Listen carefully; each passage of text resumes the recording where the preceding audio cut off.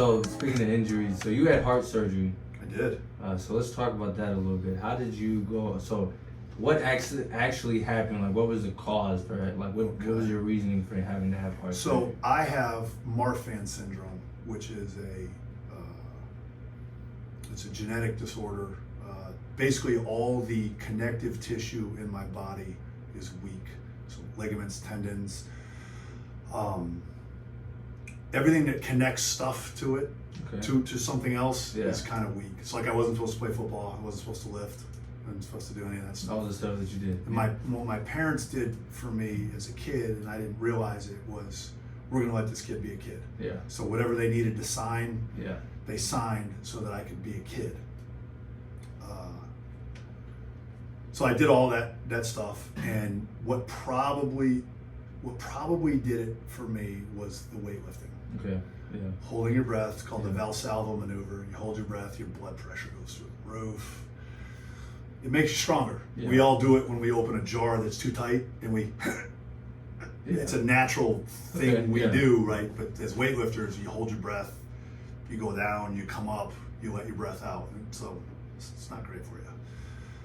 What probably happened is that blood pressure was getting spiked so many times for so many years. What happened is my aorta started to stretch.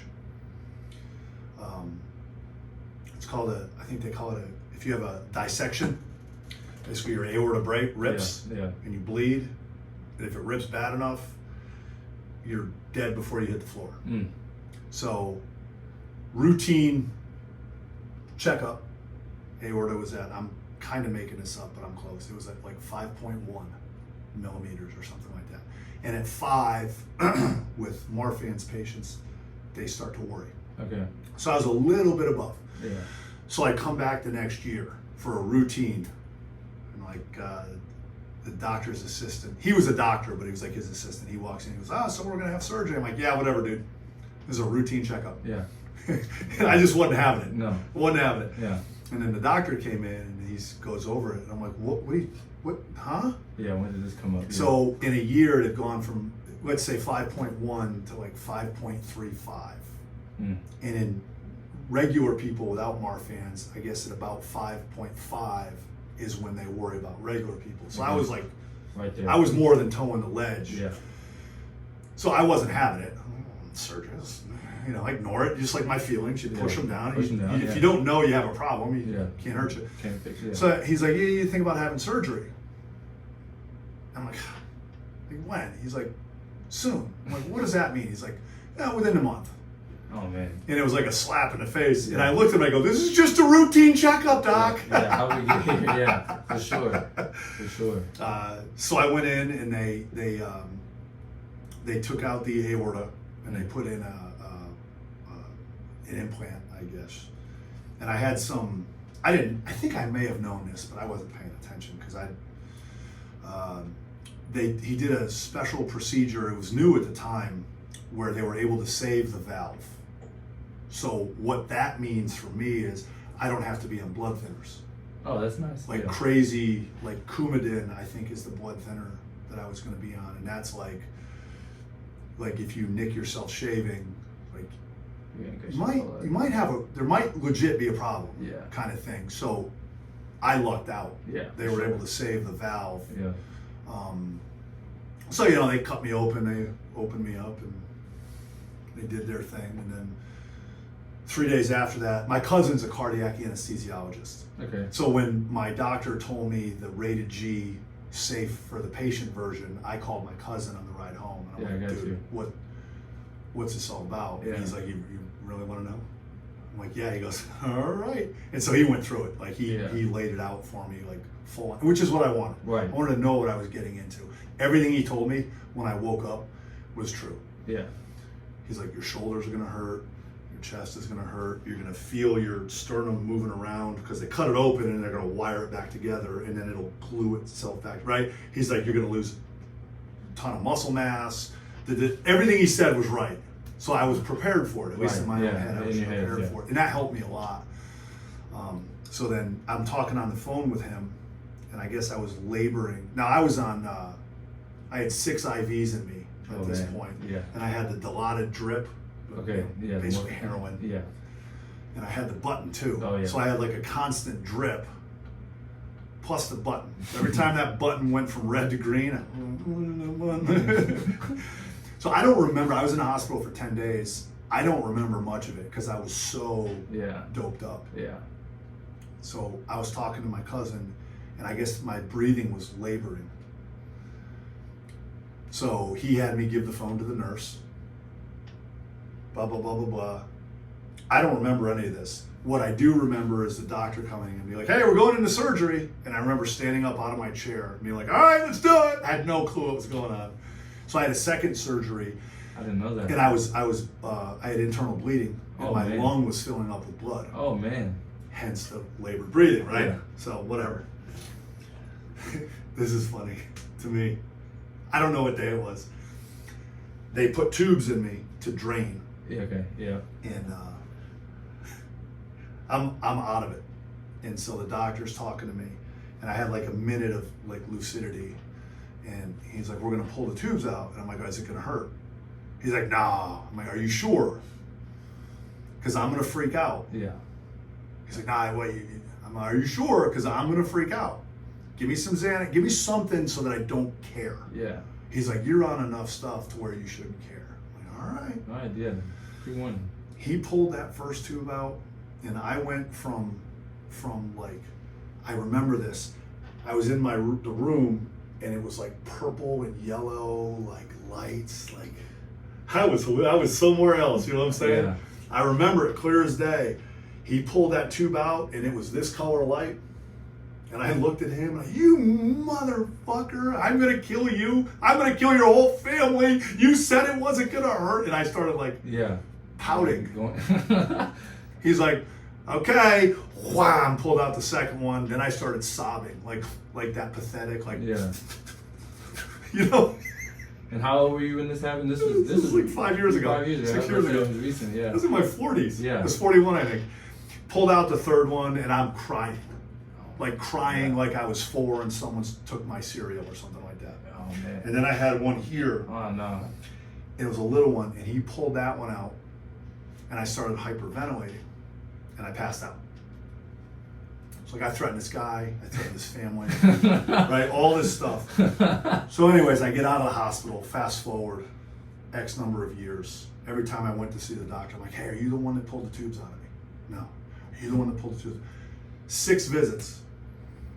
Guy walks in. Hey, are you the one that pulled the tubes out of me? He's like, yeah. I go, I'm really sorry about what I said.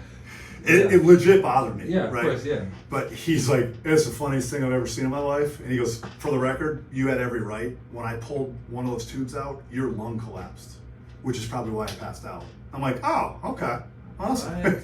That's crazy. Yeah. That's crazy. So I had that done, and then you were here. Yeah, I was there for that. Yeah. My whole mentality, and you saw it, like you guys saw it, and I think it was, for me, it was important for me, but it was important for you guys to see too. You guys saw me that first meeting. I had lost 30 pounds in the hospital. Yeah, I remember that. I looked like an old man. Yeah. I couldn't stand up straight. I couldn't talk very loud. I couldn't, it was very important for me to show you guys, like, I'm gonna figure this out. Yeah. It was important for me to get back to training. Like, I'm not supposed to lift weights. I'm not supposed to do anything anymore. But it's very important for me, for my own sanity, to push my body, similar to the powerlifting thing. But it was also important for everyone to see, like, yeah, this sucks. Whatever. Let's do it. Yeah. You know, let's I'll figure this out. Yeah, figure life. And I've had some people like, oh, it's amazing. I'm like, I just like, what else am I gonna do? Yeah. I'm a strength coach, and I'm not gonna exercise. Yeah, exactly. It's part of my life. Right. Yeah, it keeps me from jumping off a bridge or climbing a clock tower with a high-powered rifle. And like, I love exercise and I love challenging myself. And then, so if I'm gonna ask you guys to do that stuff, I better do it. I better suffer too a little bit in my own way. Yeah. You know. So yeah, it was an interesting doctor visit that day, and I'm good. Like, I'm good. I saw the doctor 2 summers ago. He's like, yeah, we don't need to see you for a couple more years. What are you talking about? He's like, everything's good. Everything's healed. It looks the way it should. You're fine. So I'm like, all right, I'm on. So I called my cousin again. Yeah. I'm like, hey, this is what the doctor told me. What does that mean? He's like, you're fine. Do whatever you want. I'm like, what do you mean do whatever I want? Let's be specific here. And I'm like, can I squat? And he's like, yeah, who cares? I'm like, can I hold my breath when I squat? He's like, yeah, who cares? You're fine. You're healed. I'm like, that is not what I needed to hear. Yeah, but it was like just like a peace of mind. Like, okay, like I'm good. Like everything healed the way it was supposed to. It's good. The implant is not going anywhere. I forget what it is, what it's made out of, some kind of cloth or whatever. He's like, that thing will last you the rest of your life. You're good. So I got through it. Right. And which is great. You know, for me, it's great. But yeah, that was an interesting one. That was surgery number 11 for me. Jeez. Yeah, that was the 11th one. So I'm a connoisseur of anesthesia. I know the good stuff. Yeah. I've had a lot of it. Well, it's funny again on that. So I talked about it. I don't care talking about it now but when they get me out of the hospital, they prescribed me 100 Percocet, 20s. So it's 325 milligrams of Tylenol, acetaminophen, and 20 milligrams of Percocet.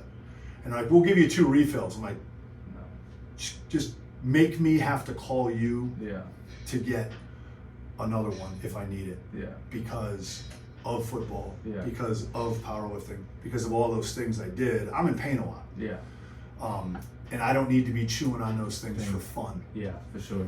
I need to learn how to manage that stuff and change what I do so that I don't hurt all the time. Yeah. So, but yeah, they're like, we're gonna give you 100. I'm like, and I got 200 in reserve. Yeah. Nope. Because it'll be like, oh, football's coming in. Let's take 2. Yeah. Football's coming in at 3. Let's take 2 more. Yeah. Football's coming in at 4. Might as well take 2 more. You know what I mean? Like, because I will do that. Yeah. Why put myself in that situation? Right. It's just bad. Yeah, but, for sure. Yeah. So I realized I had a problem with that stuff.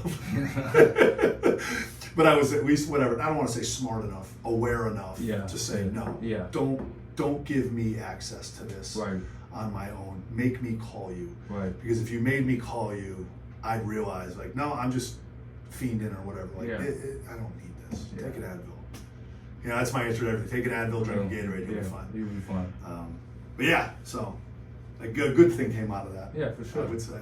For sure. So outside of the 11 surgeries, or maybe even in the 11 surgeries, what is one of the darkest or hardest times that you went through in your life that you came out and grew in and got better in and just... Oof. Interesting. That's good. The one that's popping into my head, I don't know if it's the darkest, but the one that's popping into my head that I didn't have the training, I guess, to deal with at the time is early 30s. I was engaged, and I had I never knew that. Yeah, I never. And I had kind of been like, all right, I'm in it. Like I had like totally changed my mindset. I'm done chasing women. I'm done partying. I'm done. Like I'm ready for this, and I was like I really was, and it didn't work out. Okay. And 2020 hindsight, thank God, because we would have gotten divorced, and then maybe it would have been uglier. Maybe we would have had a kid. Maybe we would have, you know. It absolutely worked out. But in the moment, I had, like I said, I'm like, I'm done. This is where I'm going. Like this is where my life's going. I'm good with it. I'm happy. I'm all this. And so again, I had defined myself as that a little bit. Yeah. And then when it went wrong, I didn't have the maturity to deal with it. Yeah. So all the things that I said I was done doing, I fell right back on. I was drinking too much, I was partying too much, I was chasing women. And so I kind of regressed maybe to like my mid-20s. And had no awareness of it. Yeah. It was just I don't want to say it was rock bottom. It wasn't like, in the grand scheme of things, it probably wasn't that bad. Yeah. But for me, it was everybody else's fault. Yeah. Yeah. I was the victim. Yeah. How dare she do this to me? You know, all that. I was that guy. Yeah. I was absolutely that guy, and wasn't aware of it. which to me is even worse. Like I was, sure. it's like being stupid. Yeah. It's like you don't know you're dumb, but it kills everybody and it hurts everybody else around you. It's like, so I was that guy. Yeah. I was a negative, dark cloud. If you're happy, I'm dragging you down. Right. Like, it was bad. It was really, really bad. And I didn't know it. And then someone said to me, a girl walked by me at the gym, and I was like, "Hey, what's going on?" She's like, "Hey, grumpy." And I was like, "Hey," and I'm like, "Why does she think I'm grumpy?" And I started thinking, wow. I'm like, well, if that's how someone refers to me, yeah, that's how I must be coming off. Yeah, for sure. And so that started a little bit of an uphill climb. Okay. And that's actually when I decided I wanted to get back into this business. Okay, yeah. So it was that moment was probably the moment when I turned a corner. And I was probably in that for probably 18 months, maybe 2 years. Like it was a while. Like I was really going down a bad path. I never got into drugs. I never got into anything crazy. Like I just drank too much. Yeah. And dragged people down. Okay. Yeah. And then, so that's probably the catalyst for what got me back into this business. So from that it turned into a positive. Okay. Yeah. A couple people helped me along the way, good friends and all that stuff. I did my part, but I had a lot of people pushing me and telling me, go for it, do this, So that was one that was a tough one, and that was the first one that came to my mind, and that probably wasn't the hardest thing. I'm trying to think, but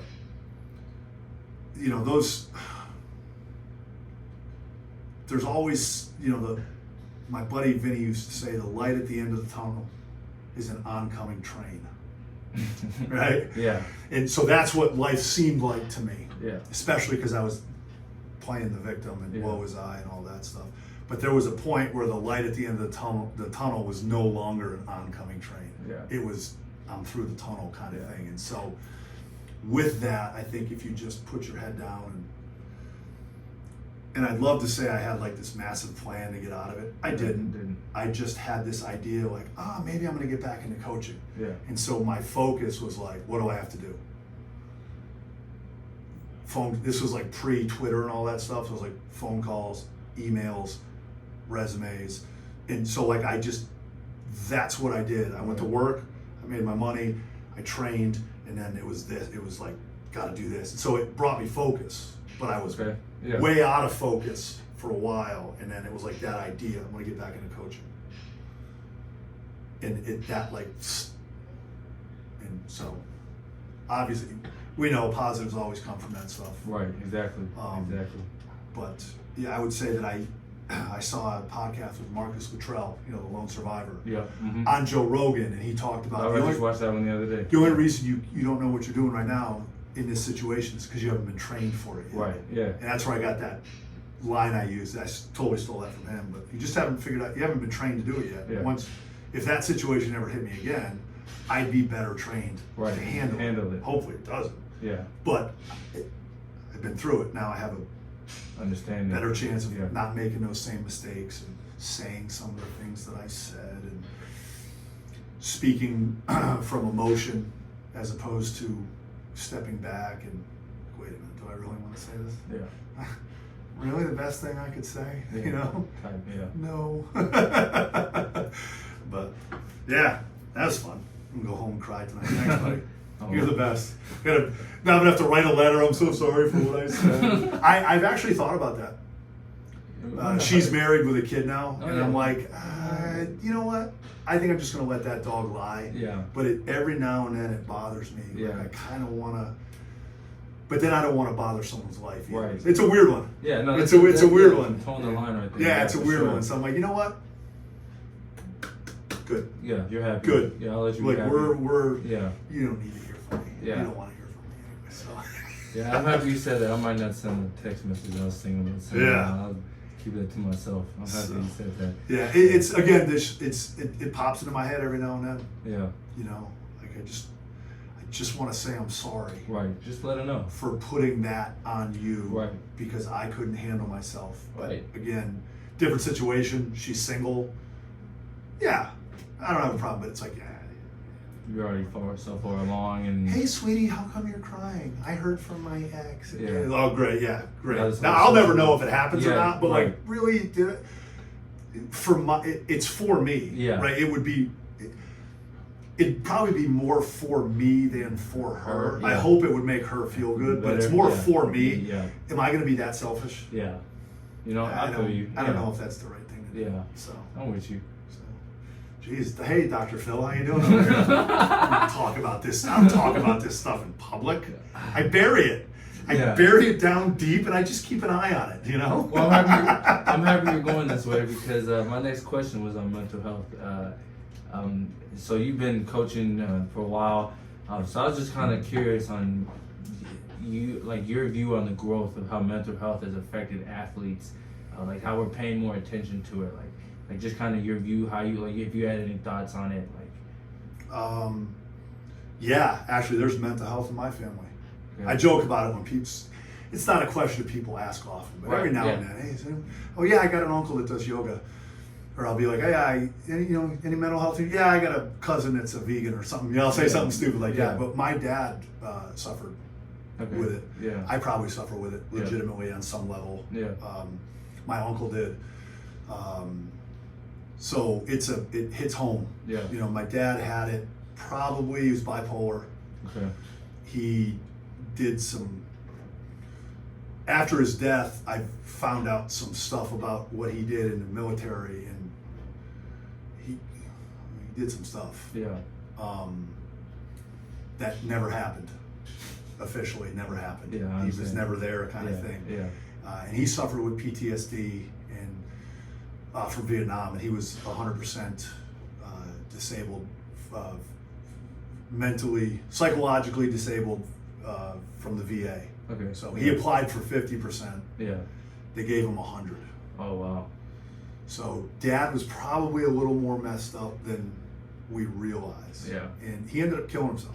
Okay. He was 70. Yeah. So he lived a life. But so like it hits home. Yeah. That hits home with me, and I think it's.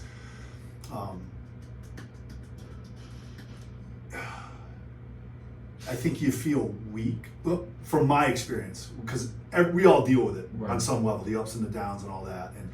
But I think for me, it's you feel weak, and it's not weak to talk about it or to ask for help. Right. It's strong, Yeah, because it's hard. Yeah, it's hard to say, hey, I'm having trouble navigating this right here. It's hard to say, dude, I need your help. Hey, can I talk to you about this? Like that, it's a very humbling, it's a tough one, but I think the fact that it's more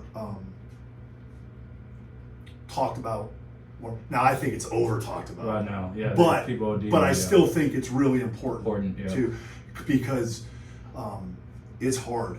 And I guess I kind of look at it weird, like my dad was 70 and he journaled. So I read his journals. I read the last thing he entered. Wow.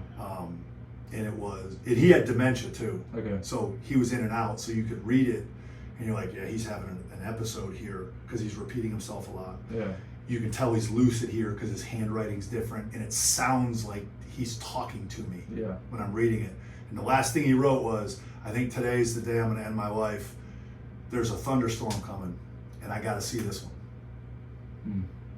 Fucking crazy. Yeah. Right? And then his journal's over. Yeah. So I like to think that he knew what was going on. Yeah. I think he knew that a nursing home was in his future. Yeah. And he wasn't doing that. He wasn't going for that. His brother died in a hospital, cancer. His mother died in a hospital. My grandmother, she broke her hip at 95 and lived for a year in the hospital. And he wasn't going out like that. And so I think but again, I'll say he was 70, like he lived. Yeah. And I think he went out on his terms. But not to say that it's cool, like, whatever, Dad killed himself, that's cool. But like to have, I don't know what he was thinking. Right.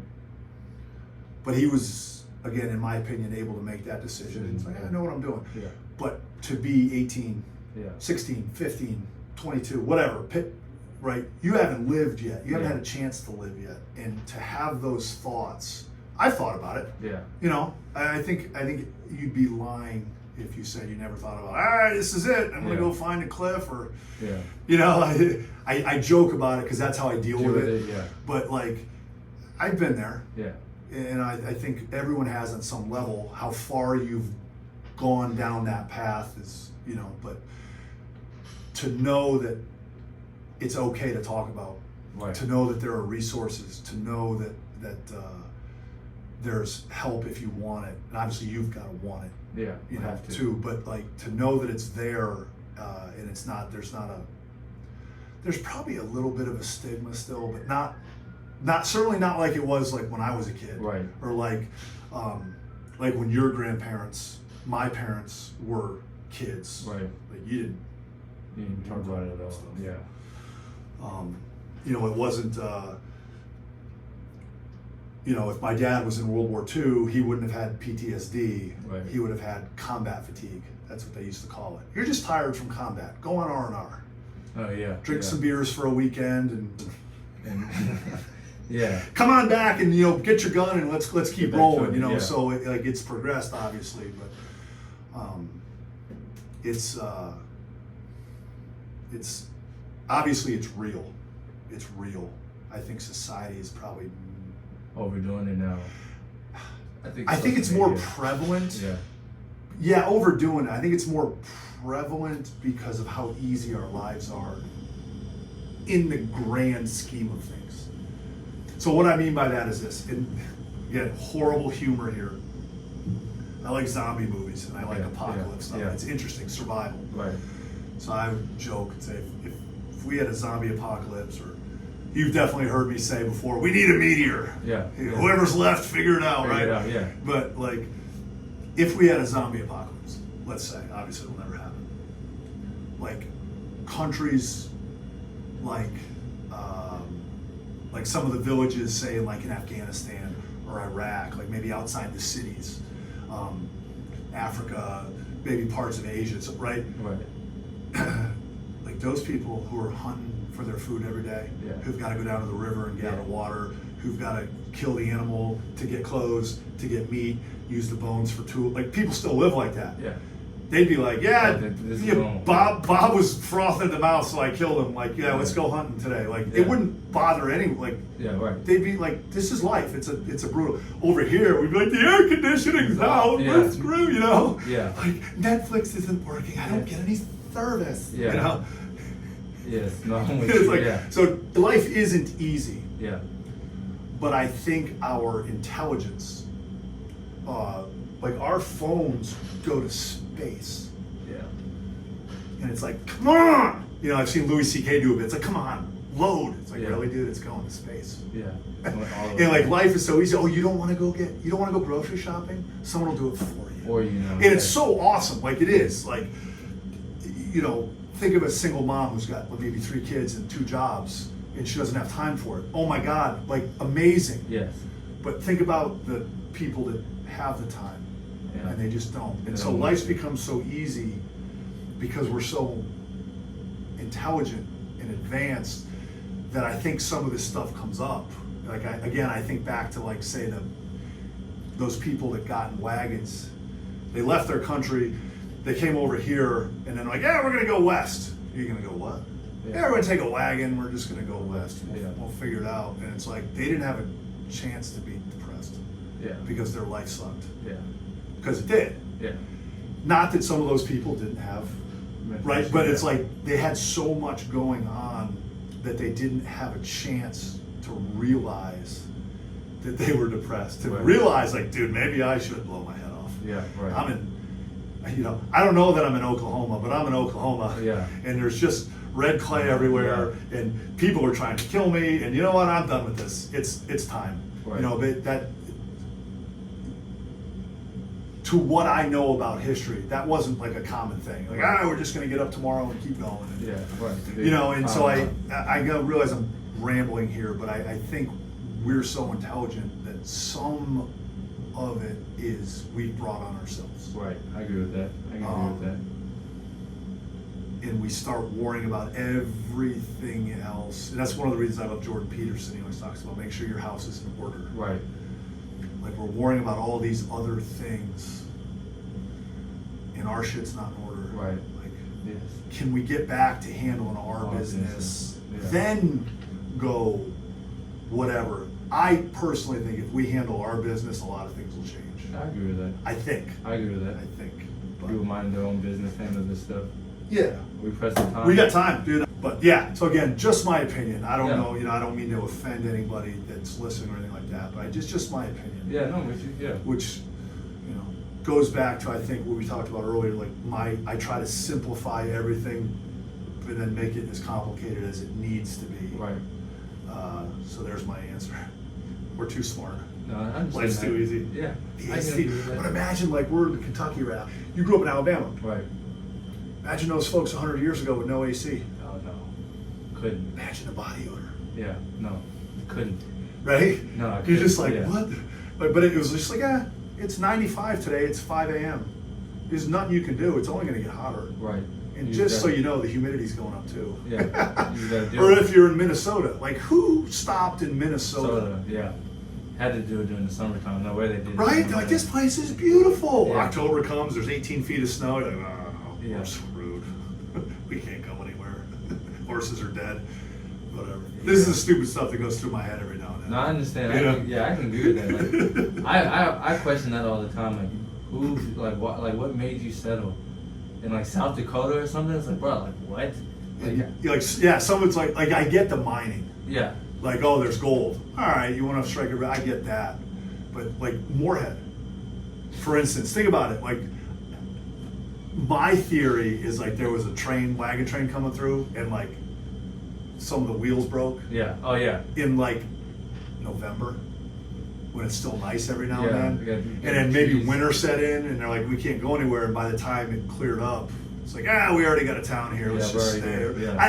I don't know, but Yeah. like that's I have to imagine that there's some something like that, towns yeah. sprung up. Like my mom and sister live now in Van Buren, Arkansas, which is right outside of Fort Smith.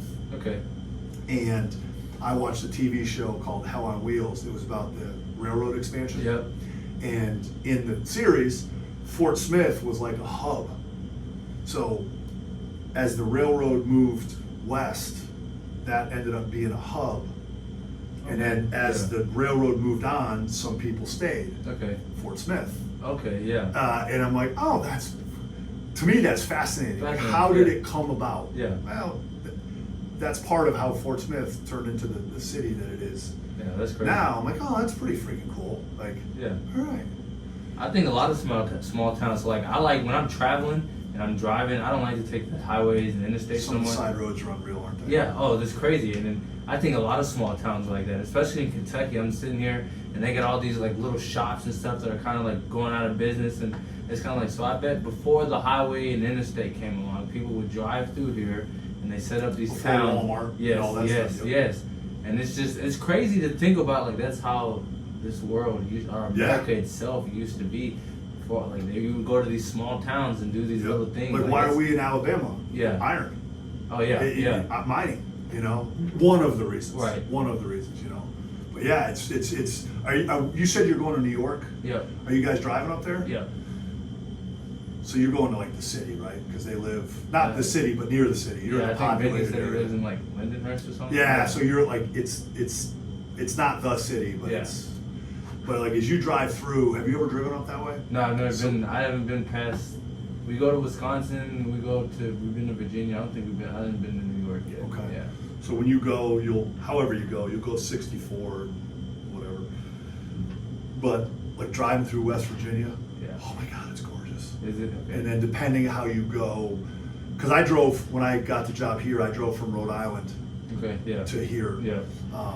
Rhode Island's a little bit north of where you guys will end up going, so you might end up taking a similar route. I can't remember off the top of my head, but you'll go through West Virginia, maybe a little bit of Maryland, like the tip of Maryland, Pennsylvania, Western New York, which is very much like this. Oh, really? As opposed to the city. You think New York, and you're like the city. Yeah. Western New York is like this. Oh, really? Upstate and Western New York is very rural. Okay. I didn't know Northern rednecks up there. Okay. Same stuff though. Yeah. Beautiful, like absolutely gorgeous. You'll even on some of the main roads, like you'll probably take 64 and then you'll probably go like 81 up through Pennsylvania and then 80 across Pennsylvania, and you won't go up as high as Connecticut, whatever. But like even on some of those bigger roads, like you're, geez, it's beautiful. Yeah. Like when you drive to Lexington, you'll know what I'm talking about. You're coming up in the road kind of here, and over here there's this big farm, the rolling hills. You know what I'm talking about? It's like you see that all through West Virginia. It's gorgeous. And then you go to where Vinny is, and it's like, this is the city.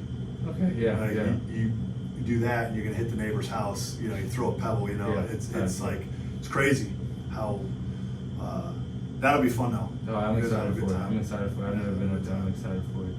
I can say the one beautiful state that I think people sleep on, the Carolinas, North Carolina. We went out there around Thanksgiving time. That was freaking amazing. Beautiful. That was amazing. Yeah. That was life changing. Going through the mountains and stuff. That was. My cousin, the one who's the doctor. We short little aside here. He was supposed to get married after he took his medical boards his second year. Yeah. Didn't work out. So he called me. He's like, "Hey man, I got 2 weeks off." I was going into I think my junior year at Arizona, and I happened to be home,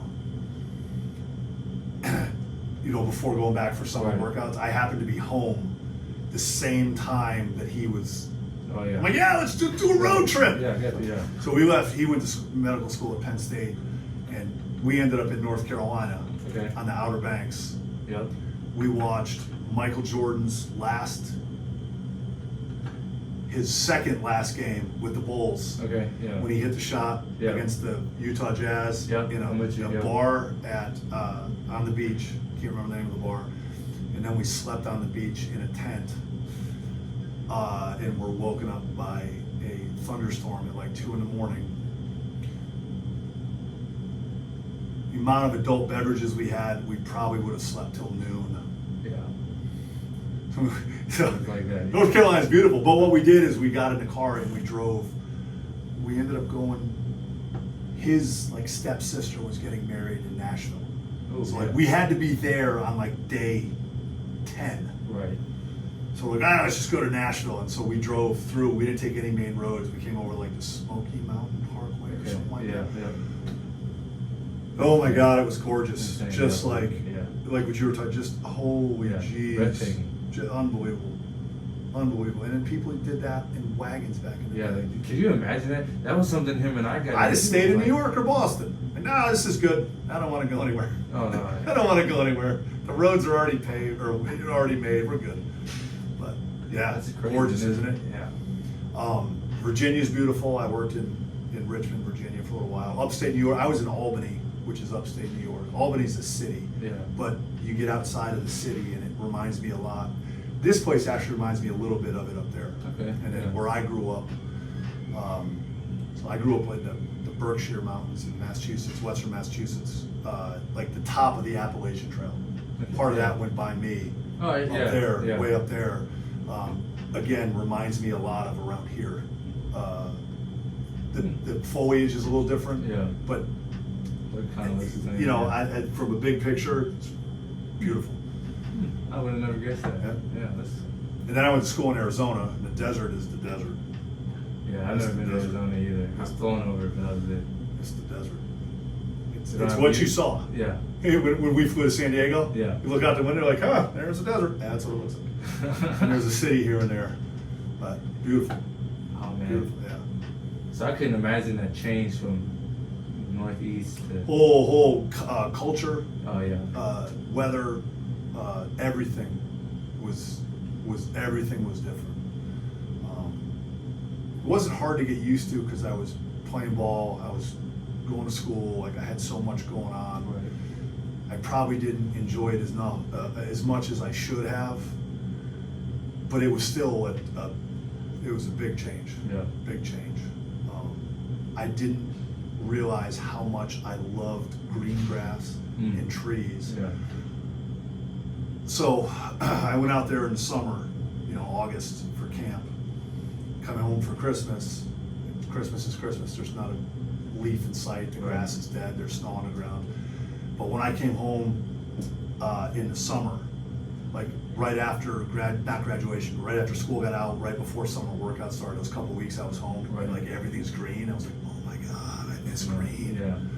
Oh yeah. I miss green. Oh man. Yeah. But yeah, that's crazy. Can't argue with the weather out there. I wore shorts and flip flops all year round Yeah. in Arizona.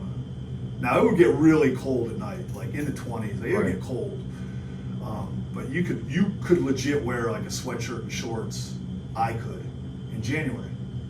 It's 45 degrees. It's gorgeous. Yeah. To me, Right. it's gorgeous. To the northeast. It's gorgeous. Yeah. It's unbelievable. And people are wearing.